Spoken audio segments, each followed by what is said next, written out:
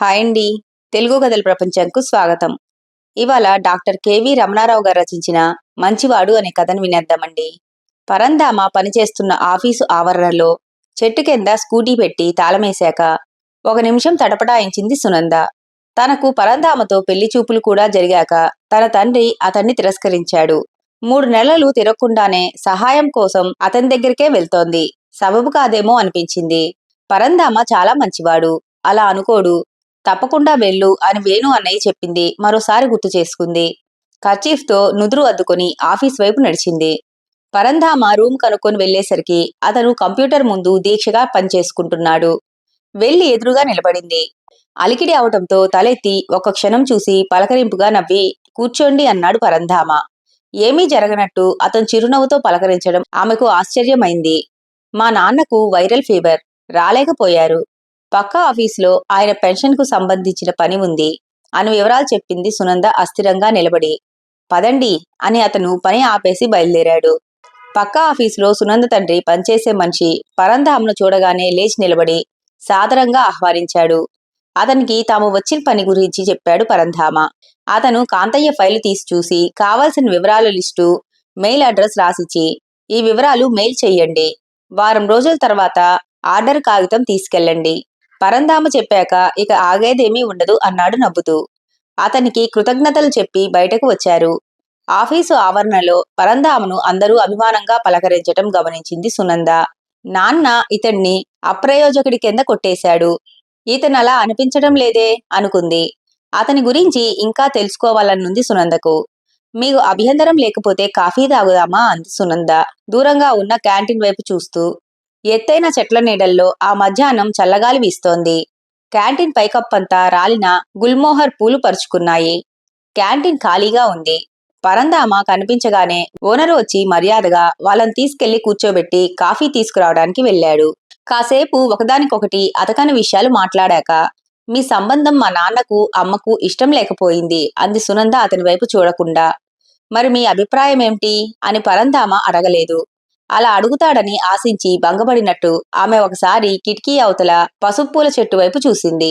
అతని వైపు తిరిగి, నేను మీకు నచ్చానని చెప్పారట.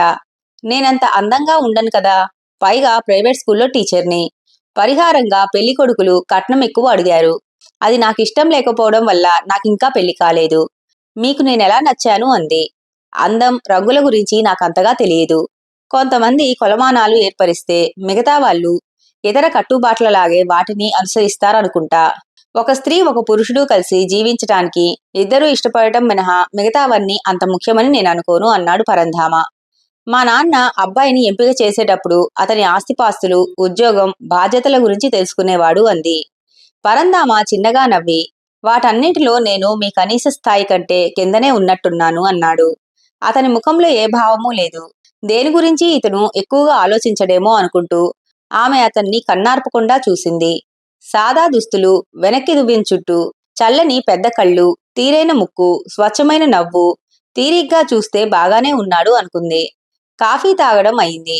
ఓనరు పరంధామకు నమస్కారం పెట్టి డబ్బులు తీసుకోలేదు. బయటికి వచ్చాక ఆమె ధన్యవాదాలు చెప్పి తన స్కూటీ వైపు నడిచింది.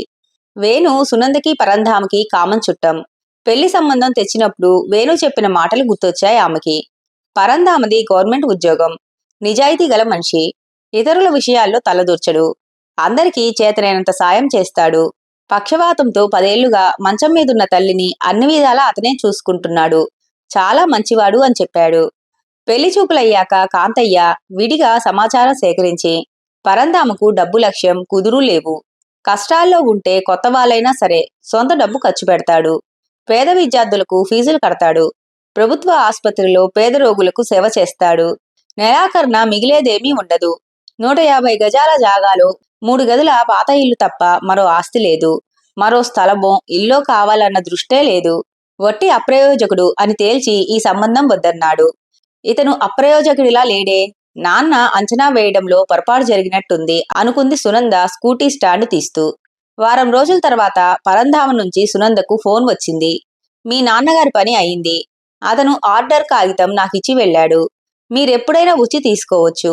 మీ ఫోన్ నంబర్ మీ వేణు అన్నయ్య ఇచ్చాడు అని చెప్పాడు. అతనికి ధన్యవాదాలు చెప్పి, స్కూలు పనులతో పగలు కుదరటం లేదు, సాయంత్రం మీ ఇంటికొచ్చి తీసుకోవచ్చా అని అడిగింది సునంద. అలా వెళ్తే ఇల్లు కూడా చూడొచ్చు, అతన్ని ఇంకా బాగా అర్థం చేసుకోవచ్చు అనుకుంటూ. మీ ఇష్టం అని ఫోన్ పెట్టేశాడు పరంధామ. పని చేయించడమే కాక తన నంబరు కనుక్కొని ఫోన్ చేశాడు. జడపదార్థం కాదు అనుకుంది సునంద. మూడో రోజు సాయంత్రం సునంద పరంధామ ఇంటికి వెళ్ళింది. అప్పుడే అతను తన తల్లి మంగమ్మను చక్రాల కుర్చీలో పార్కులో తిప్పి తెస్తున్నాడు. పరంధామ మంగమ్మకు సునందను పరిచయం చేసి ఆమె వచ్చిన పని చెప్పాడు. సునంద ఆ 3 గదుల ఇంటిని పరిశీలనగా చూసింది. మధ్యలో హాలు, ఒకవైపు పడక గది, మరోవైపు వంటిల్లు.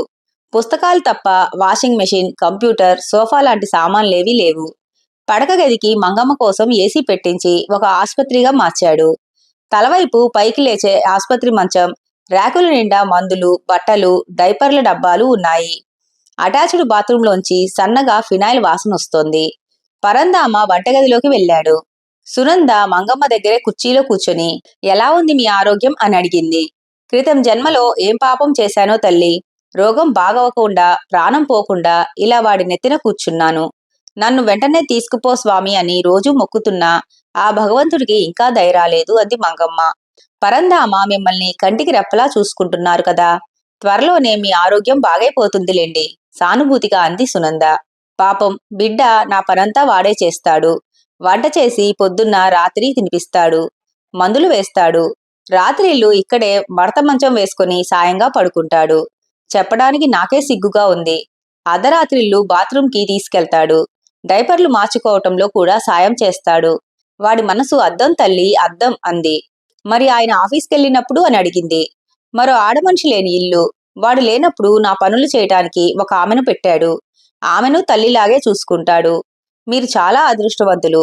ఆరోగ్యంగా ఉన్న తల్లిదండ్రులనే పిల్లలు సరిగ్గా చూడని ఈ రోజుల్లో ఇంత బాగా చూసుకుంటున్నారంటే మాటలా అన్నది. అదే వాడికి శాపమైంది. ఒక్క పెళ్లి సంబంధము కుదరటం లేదు. పిల్లవాడు ఎంతో మంచివాడు అని ఎవరు చూస్తున్నారు? నన్ను తీసుకెళ్లి ఏ వృద్ధాశ్రమంలోనూ పడేయరా అంటే వినడు అంది మంగమ్మ సునంద కళ్ళలోకి చూస్తూ. పరంధామ బిస్కెట్లు, బాదం పాలు తీసుకొచ్చి ఇచ్చాడు. మంగమ్మ పాలు తాగాక ఆమె కుడి చేతికి కాలుకి మృదువుగా తైలం మర్దన చేశాడు. అతను తల్లి పనులన్నీ మనసు పెట్టి చేస్తున్నట్టు సునంద గమనించింది.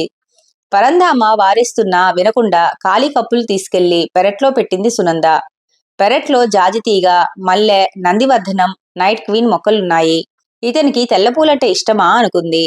పరంధామ వచ్చి సునందకు కాంతయ్య ఆర్డర్ కాగితం ఇచ్చాడు. సునంద థ్యాంక్యూ చెప్పి మీరు మీ అమ్మగారిని చాలా శ్రద్ధగా చూసుకుంటున్నారు అంది. ఆమె నాకు తల్లి, తండ్రి, అక్కా, చెల్లి అన్నీ అయ్యి నానా యాతనలు పడి 25 ఏళ్లు పెంచింది. నేను చేస్తున్నదెంత అన్నాడు.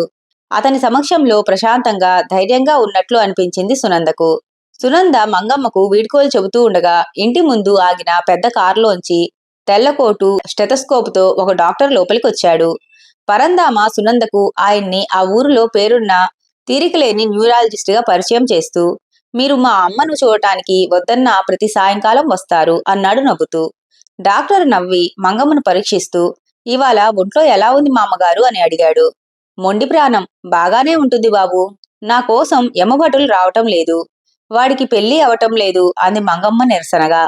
డాక్టరు పెద్దగా నవ్వి, మీరు పరంధామ సమక్షంలో ఉండగా రావటానికి యమభటులకు ఎన్ని గుండెలు? ఈ కాలంలో పెళ్లిళ్ళు ఆలస్యంగానే అవుతున్నాయి. తొందరలోనే అన్నీ సర్దుకుంటాయి. మీరు ఉల్లాసంగా ఉండాలి అని ధైర్యం చెప్పి బయటికి నడిచాడు డాక్టర్. సునంద కూడా బయటికి వచ్చింది. డాక్టరు ఆగి, ఈమెకు సేవ చేస్తే నా తల్లికి చేసినట్లుగానే భావిస్తాను. 6 ఏళ్ల క్రితం మా అమ్మకి పెద్ద జబ్బు చేసినప్పుడు విదేశాల్లో ఉండి రాలేకపోయాను. నేను వచ్చేసరికి ఆమె పోయింది అని చేతి రుమాలతో కళ్ళద్దుకొని ఆమెకు బై చెప్పి కారెక్కి వెళ్ళిపోయాడు. సునంద బయలుదేరుతూ పరంధామ ఇంటివైపు ఒక్కసారి ఆదరంగా చూసింది. ఆ మరుసటి రోజు సునంద వేణు ఇంటికి వెళ్ళింది. వేణుకి జరిగిందంతా చెప్పి అసలు మా నాన్న పరంధామ సంబంధాన్ని ఎందుకు వద్దన్నాడు అని అడిగింది.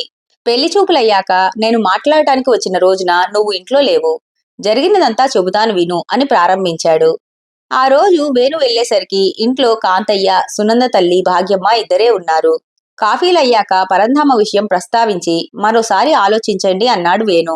చేసుకోబోయే మనిషి ఎలాంటివాడు, ఇంటి పరిస్థితి ఎలా ఉంది అనేవే కదా చూస్తాం అన్నాడు కాంతయ్య. పరంధామును మీరు వ్యవహారిక దృష్టితో చూసి అతని మంచితనాన్ని అపార్థం చేసుకున్నారు. అతనికి మనుషులంటే అపారమైన ప్రేమ. మంచం మీదున్న తల్లిని ఆప్యాయంగా చూసుకుంటూ అన్ని సేవలు తనే చేస్తున్నాడు. కోటికొక్కడే అలాంటి వాడు ఉంటాడు.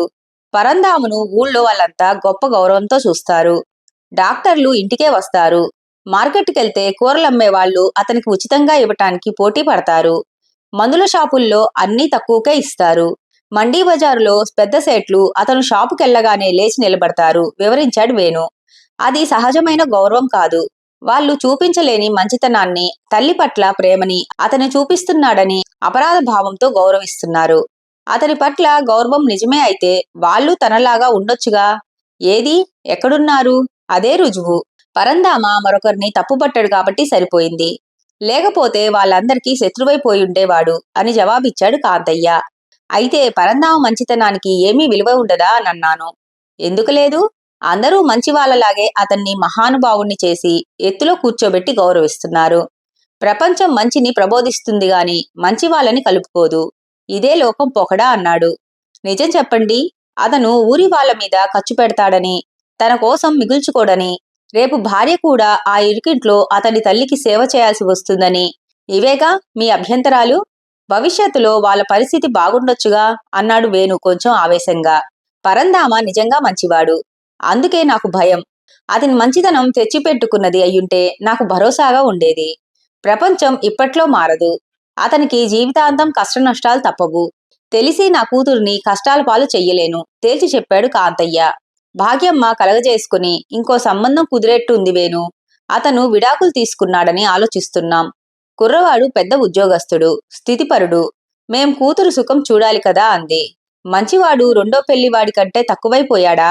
పోనీ పరంధామ విషయంలో సునంద అభిప్రాయం కనుక్కున్నారా అన్నాడు వేణు ఆఖరి ప్రయత్నంగా.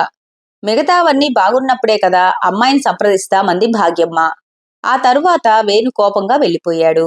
ఇది జరిగింది సునంద అని చెప్పాడు. నువ్వు పరంధామను కలిశావు, వాళ్ళ ఇంటికి వెళ్ళొచ్చావు. అతని గురించి ఏమనుకుంటున్నావు అని అడిగాడు వేణు. నాకు 2 రోజులు టైం ఇవ్వు అని సెలవు పుచ్చుకుంది సునంద. 4 రోజుల తర్వాత ఇంట్లో మేడ మీద పేపర్లు దిద్దుకుంటూ కూర్చున్న సునంద ఫోన్ మోగింది. చూస్తే వేణు.